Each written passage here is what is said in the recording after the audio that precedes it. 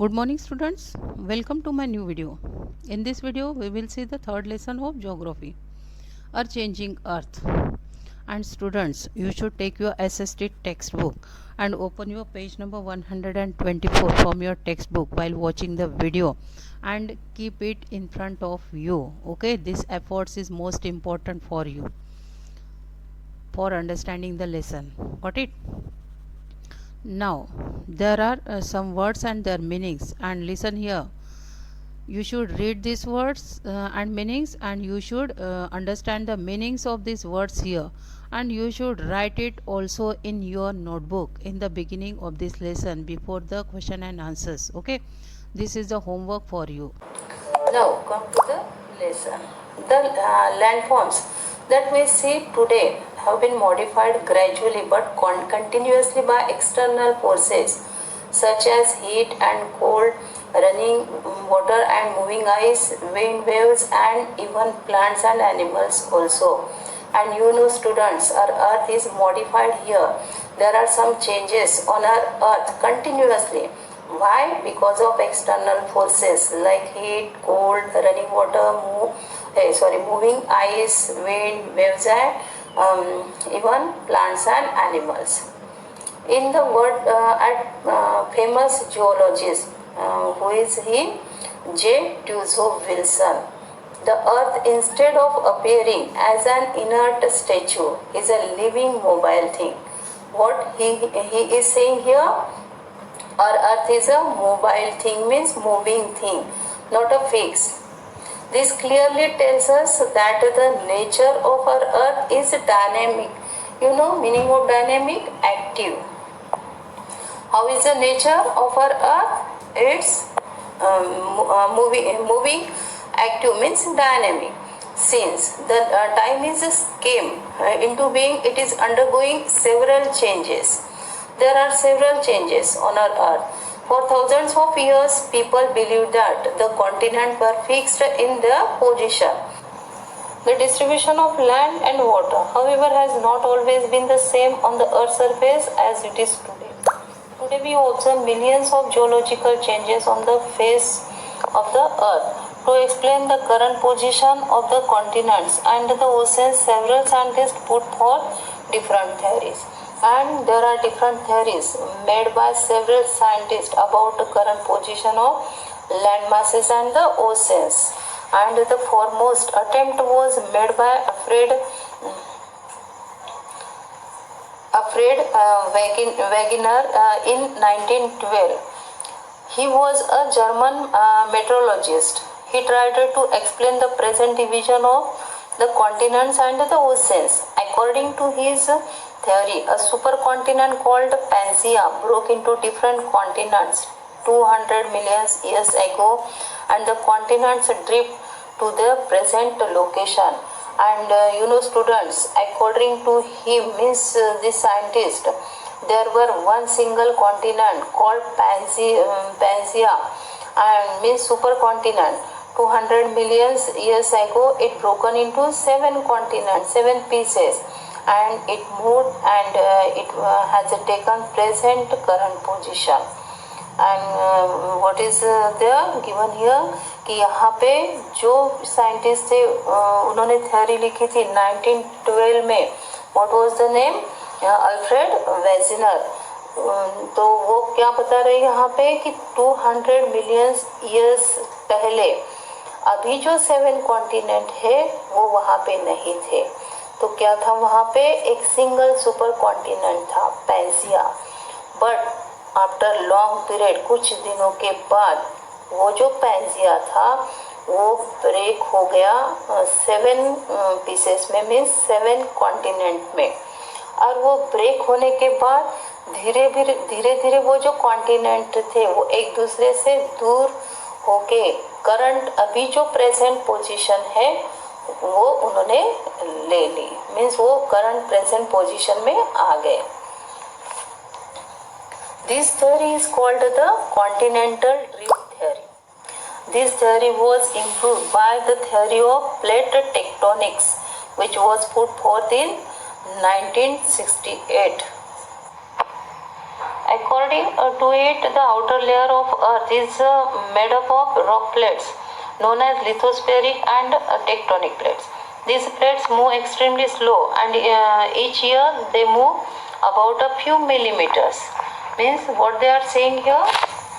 In this theory, they are saying Earth crust means land made up of tectonic plates, and these plates move slowly, and these movements of the tectonic plates, there are changes on the Earth surface. And students, look at this picture given here. In first picture, there is a single continent. Look here, there is a single continent, and in second picture, it's broken into 7 continents. Means 200 million years ago, it broken here. And in next picture, in third picture, it's moved away from each other. And in fourth image, in fourth picture, this distance increased here, and it moved away from each other. That's why this distance increased. And this is the present day Earth given here. This is the present day, this continent. Now, various changes on the surface of the Earth are caused by movement of lithospheric plates. Movements of the plates occur due to the various forces acting upon it. Two broad categories of these forces are endogenic and exogenic. And you know, students, there are two forces, and these two forces work on Earth. And which are these forces? Endogenic and exogenic. Endogenic forces act in the interior of the Earth, and exogenic forces work on the surface of the Earth. There are two forces. One is here endogenic forces, and second exogenic forces. And these endogenic forces act in the interior of the Earth. This endogenic. And exogenic forces work on the surface of the Earth. And these endogenic forces divided into two forces. First is here sudden force. Because of these sudden forces, there are earthquake, volcano, and landslide. And because of these diastrophic forces, there is building the mountains. Got it? Now, second, exogenic forces. And here, because of these river, wind, sea waves, and glaciers, there are erosional and depositional work on our Earth. And because of this erosion and deposition, form the different landforms on the surface of the Earth. Now, endogenic forces produce slow as well as sudden movements like earthquakes and volcanoes, which cause mass destruction over the surface of the Earth. Horizontal and vertical movements are also produced by them, which result in variety of relief features like mountain building. Because of these earthquakes and volcanoes destruct the land masses and form the different landforms on the Earth, like mountains and plateaus also. Erosional and the depositional works are done by exogenic forces like rivers, wind, glaciers, and sea waves.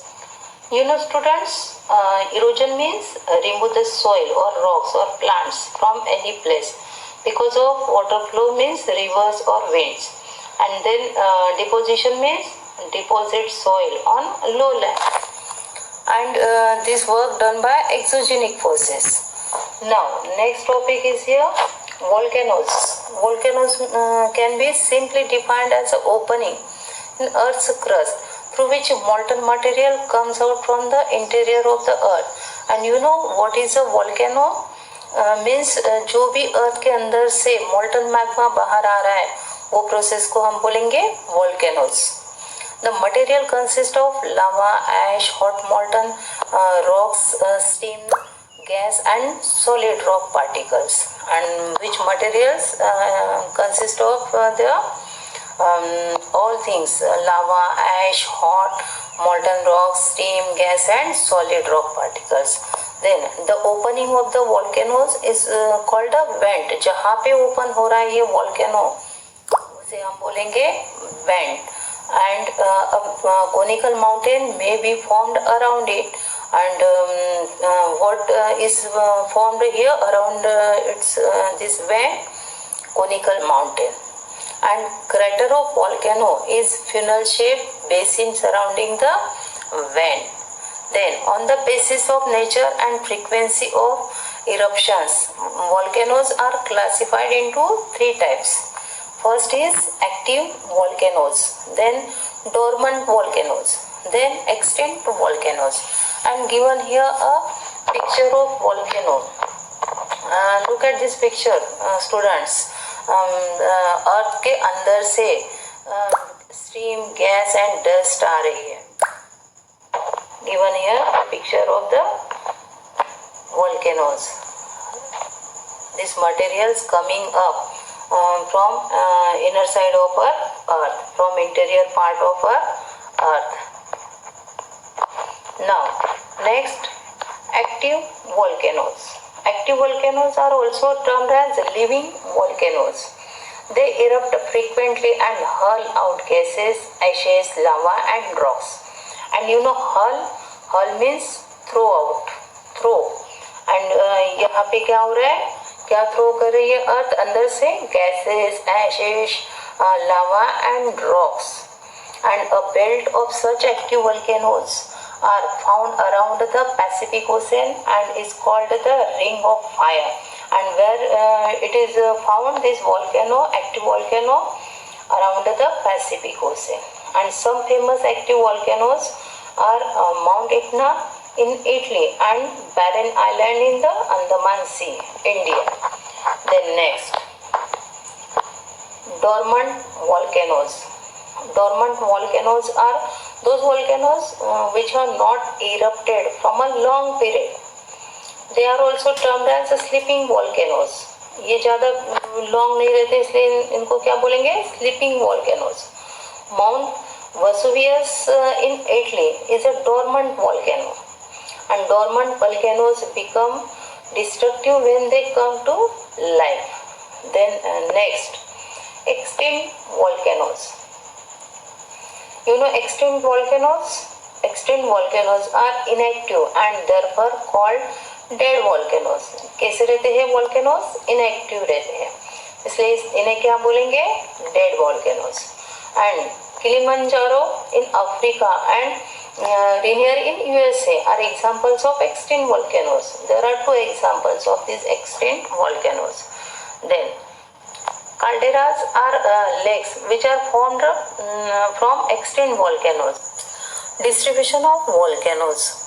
Most of the world's active and dormant volcanoes are located in two distinct belts, and there are two belts of these volcanoes, which active and dormant volcanoes. First, the Circum-Pacific belt. It encircles the Pacific Ocean. Where is this? Around the Pacific Ocean. And it is also known as the Pacific Ring of Fire. Most of the volcanoes are located in ends of America and the Rockies of North America. And where are these volcanoes located? On the mountain, means ends and Rockies of North America. And then B, the Midward Mountain Belt. It consists of extinct and dormant volcanoes that lie along the Mediterranean Sea. And where is this next belt? The Midward Mountain Belt located lie along the Mediterranean Sea. Which volcanoes are there? Extinct and dormant volcanoes. Now there are two MCQs, students, given here. First, Which force acts in the interior of the earth? Endogenic force. And means A option is the correct option. Then second, mount is a dormant volcanoes. Means what is the answer? B option is the correct answer. Vesuvius. Now I want to show one video to you. You should learn through this video and enjoy it also. Okay? See this video.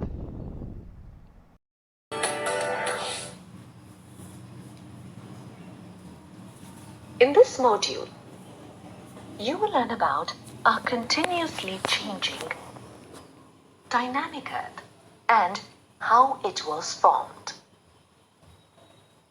The Earth that we see today is the product of millions of years of geological change. How did the Earth evolve into the planet that we inhabit today? Were all the continents always in the positions that they are currently located? Scientists have been working for decades to find answers to these questions. The most popularly accepted theory on this came in 1915 from Alfred Wegener, a German meteorologist. He proved that millions of years ago, all the continents were joined in a supercontinent which he called Pangaea.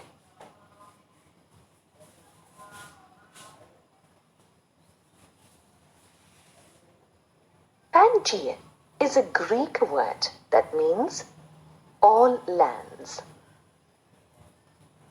So, what happened to Pangaea?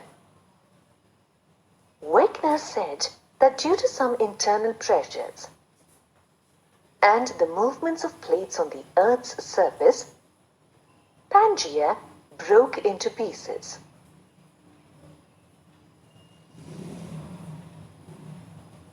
Those pieces of land started drifting away from each other.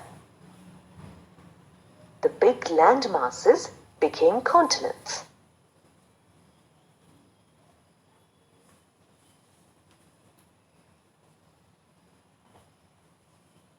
Water collected between these land masses to form the oceans as we know them today.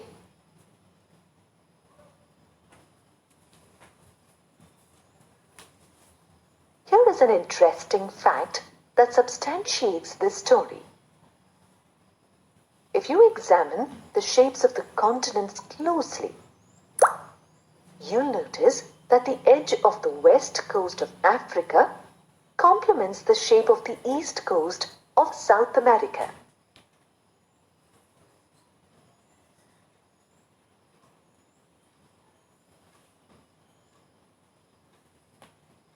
Just like these were two pieces of a huge jigsaw puzzle. The theory of the splitting of the big landmass into 7 big continents is known as the theory of continental drift.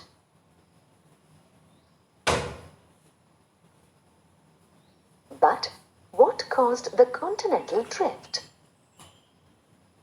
In other words, why did the continents break up and drift away from each other?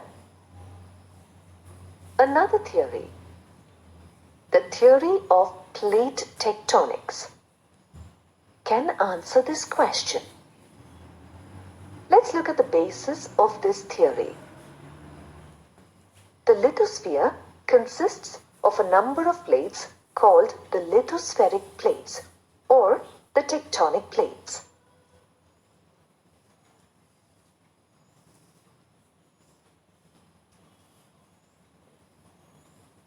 The word tectonics comes from the Greek root to build. A plate, in geological terms, is a large, rigid slab of solid rock moving on molten magma on the Earth's surface. The circular movement of the molten magma inside the Earth causes the tectonic plates to move slowly.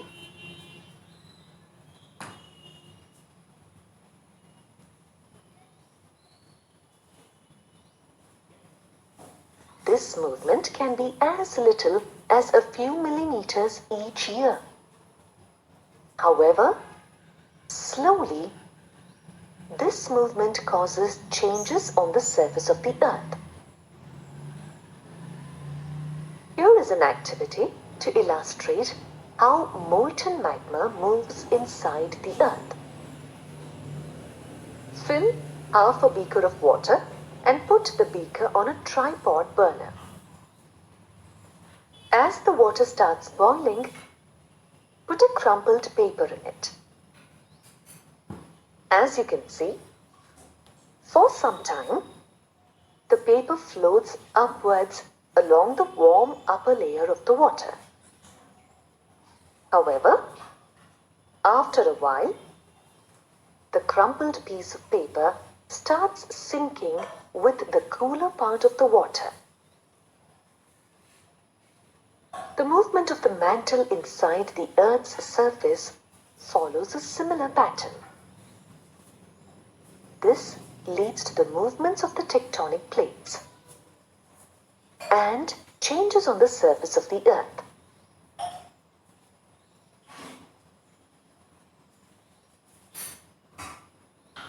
The Earth's movements can be categorized into two types based on the forces that initiate these movements.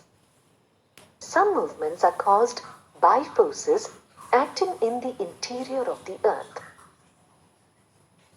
These forces are called endogenic forces, and the movements thus caused are called endogenic movements. On the other hand, forces that work on the surface of the Earth are called exogenic forces. The movements that result from these forces are called exogenic movements. The Earth's outermost layer, or the continents, are moving under the influence of endogenic forces generated within the Earth due to the tremendous heat in the mantle.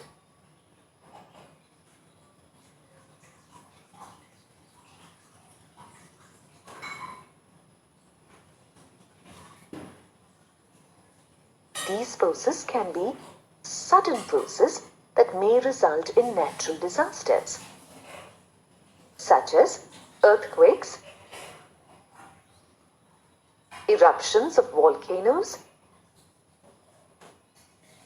and landslides. Endogenic forces can also take the form of diastrophic forces that act slowly over a period of time. Diastrophic forces refer to forces generated by the movement of the solid material of the Earth's crust.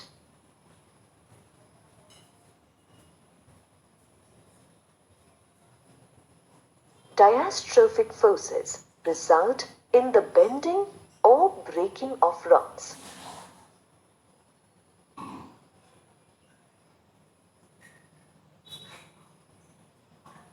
The bending and breaking of rocks creates mountain systems like the Himalayas and deep valleys and trenches like the Mariana Trench.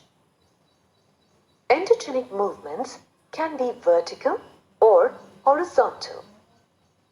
Vertical movements cause uplift or sinking of the Earth's crust.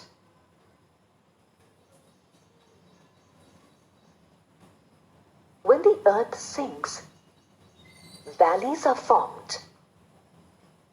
When the Earth is lifted up, mountains are formed.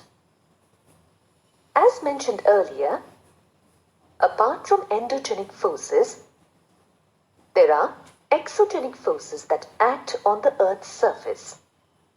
Exogenic forces can take the form of weathering, erosion, and deposition.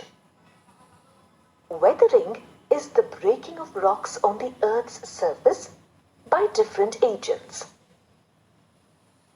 These agents could be rivers, wind, sea waves, and even ice in the form of glaciers.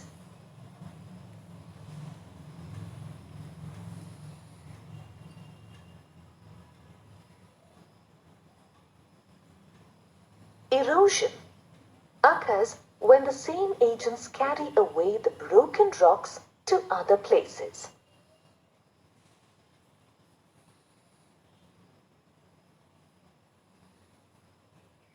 Finally, let's look at the process that leads to the rebuilding of the Earth's surface. Deposition. Deposition is also caused by natural agents like wind, water, and glaciers. Sand dunes in deserts are the most common example of deposition.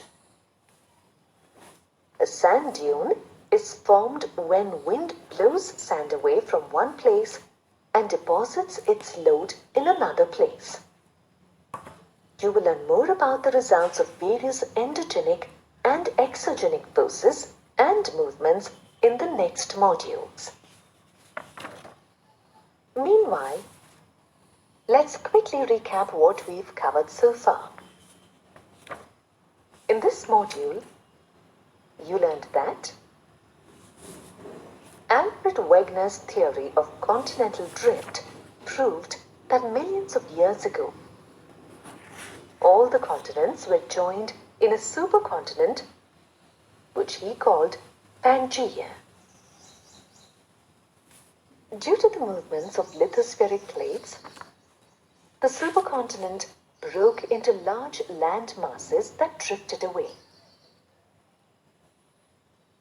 The big land masses became continents, and water collected between the land masses to form oceans. The lithosphere consists of a number of plates called the lithospheric plates or the tectonic plates.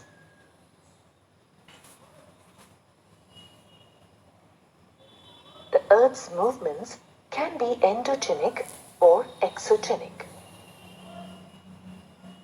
Endogenic movements may be sudden or diastrophic. Exogenic forces are external forces and include weathering, erosion, and deposition.